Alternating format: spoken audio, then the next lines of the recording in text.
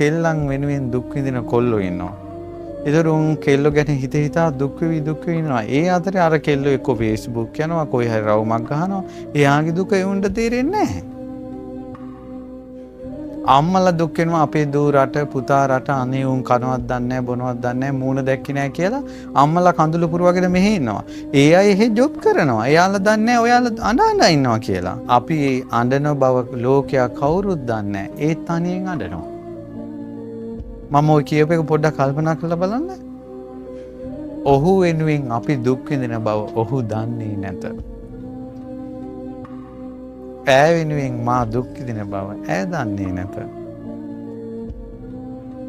දරුවන් වෙනුවෙන් දෙමව්පියෝ දුක් වෙන බව දරුවෝ දන්නේ නැත. එහෙම දන්නවා නම් අම්මලා තාත්තලා හිත රිදවන්නේ නැහැ මොන්. ඒ නිසා තමන් තනියෙන් විඳවන්න ඕනේ නැහැ. ආන්න ඒකයි ඒ පරියයි ඔයාලට තේරෙන වචනේ තමයි තනියෙන් මං විඳවන්න ඕනේ නැහැ කියලා හිතන්න. ප්‍රශ්නයක් ආපුවාම